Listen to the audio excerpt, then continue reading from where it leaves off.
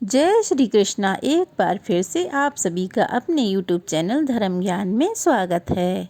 हर वर्ष माघ मास के शुक्ल पक्ष की एकादशी तिथि को जया एकादशी का व्रत रखा जाता है। इस उपवास को रखने से हर प्रकार की बाधा से मुक्ति मिल जाती है और भूत पिशाच की योनि में भी नहीं जाना पड़ता है।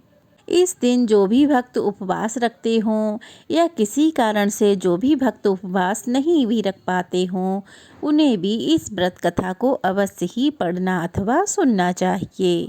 आज की वीडियो में आप सुनने वाले हैं जया एकादशी की व्रत कथा। सभी एकादशियों के विषय पर धर्मराज युधिष्ठिर भगवान श्री कृष्ण से समय समय पर पूछते रहते हैं।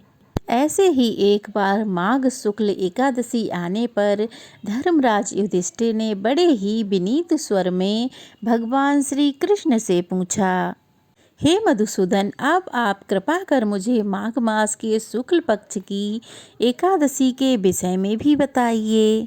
शुक्ल पक्ष की एकादशी में किस देवता का पूजन करना चाहिए और इसकी कथा क्या है और उसके करने से किस फल की प्राप्ति होती है। तब भगवान श्री कृष्ण कहने लगे, हे धर्मराज, माघ मास के शुक्ल पक्ष की एकादशी को जया एकादशी कहते हैं। इस एकादशी व्रत के प्रभाव से मनुष्य भूत प्रेत पिशाच आदि की योनि से मुक्त हो जाता है। इसीलिए इस एकादशी के उपवास को पूरे विधि विधान से करना चाहिए। अब मैं तुमसे जया एकादशी के व्रत की कथा कहता हूँ, ध्यान पूर्वक श्रवण करो। एक बार देवताओं के राजा इंद्र नंदन वन में भ्रमण कर रहे थे। चारों तरफ किसी उत्सव जैसा माहौल था। गंधर्व गीत गा रहे थे और गंधर्व कन्याएं नृत्य कर रही थीं। वहीं पुष्पवती नामक गंधर्व कन्या ने माल्यवान नामक गंधर्व पुरुष को देखा और उस पर आसक्त होकर अपने हाव भाव से उसे रिझाने का कार्य करने लगी। माल्यवान भी उस कन्या पर आसक्त होकर अपने गायन का गान भूल गया, जिससे संगीत की लय टूट गई और संगीत का सारा आनंद बिगड़ गया। सभा में उपस्थित देवगणों को यह बहुत ही बुरा लगा और देवराज भी रुष्ट हो गए। संगीत एक साधना है और इस साधना को भ्रष्ट करना बड़ा भारी अपराध है। इसलिए क्रोध में आकर देवराज इंद्र ने पुष्पवती और माल्यवान को तुरंत ही श्राप दे डाला कि संगीत की साधना को अपवित्र करने वाले माल्यवान और पुष्पवती, तुमने देवी सरस्वती का घोर अपमान किया है, इसलिए तुम्हें मृत्युलोक में जाना पड़ेगा। गुरुजनों की सभा में असंयम और लज्जाजनक प्रसंग करके तुम दोनों ने गुरुजनों का भी अपमान किया है, इसलिए अब इंद्रलोक में तुम्हारा रहना वर्जित है। अब तुम अधम पिशाच असंयमिका का जीवन बिताओगे। देवेंद्र के श्राप से वे दोनों बहुत दुखी हुए और हिमालय पर्वत पर पिशाच पिशाचिनी का जीवन बिताने लगे। उन्हें गंध रस स्पर्श आदि का बिल्कुल भी बोध नहीं होता था। वहीं उन्हें असहनीय दुख भी सहने पड़ रहे थे। दिन रात किसी भी क्षण उन्हें नींद नहीं आती थी।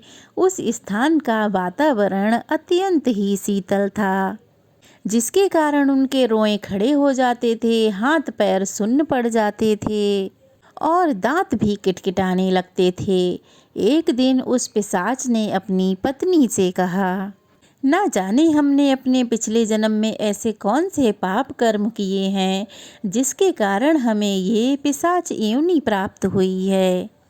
पिशाच योनि से तो नरक के दुख सहना कई ज़्यादा उत्तम होता होगा। इस प्रकार के कई अनेक विचारों को कहते सोचते हुए वे दोनों अपने दिन बिताने लगे।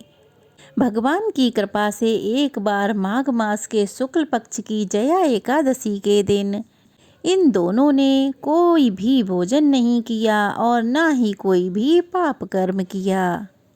उस दिन पूरा दिन इन दोनों ने व्रत किया फल फूल खाकर ही अपना दिन बिताया और एक विशाल पीपल के वृक्ष के नीचे विश्राम करने लगे। उस दिन सूर्य भगवान अस्ताचल को जा रहे थे, अर्थात अस्त होने जा रहे थे। वह रात उन दोनों ने एक दूसरे से सटकर बड़ी कठिनता से काटी। दूसरे दिन प्रातःकाल होते ही प्रभु की कृपा से इन दोनों की पिशाच योनि से मुक्ति हो गई और पुनः अपनी अत्यंत सुंदर अप्सरा का देह धारण करके और गंधर्व का रूप धारण करके सुंदर वस्त्र और आभूषणों से अलंकृत होकर वे दोनों स्वर्गलोक को चले गए। उस समय आकाश में देवगण तथा गंधर्व इनकी स्तुति करने लगे। फिर नागलोक में जाकर इन दोनों ने देवराज को दंडवत प्रणाम किया। देवेंद्र को भी उनके दिव्य रूप को देखकर महान आश्चर्य हुआ। तब उन्होंने महान आश्चर्य से इन दोनों से पूछा कि तुम्हें पिशाच योनि से मुक्ति किस प्रकार से मिली, उसका सारा वृतांत मुझे भी बताओ। देवेंद्र की बात सुनकर माल्यवान कहने लगा, हे देवताओं के राजा इंद्र, श्री हरि की कृपा तथा जया एकादशी के पुण्य से हमें पिशाच योनि से मुक्ति मिली है। देवराज इंद्र कहने लगे, एकादशी का व्रत करने से श्री हरि की कृपा से तुम दोनों ही पिशाच योनि को छोड़कर अत्यंत पवित्र हो गए हो, इसलिए हम लोगों के भी वंदनीय हो गए हो, क्योंकि शिव और विष्णु भक्त हम लोगों के भी वंदना करने योग्य हैं। अतः आप लोग धन्य हैं। अब आप प्रसन्नता पूर्वक देवलोक में निवास कर सकते हैं।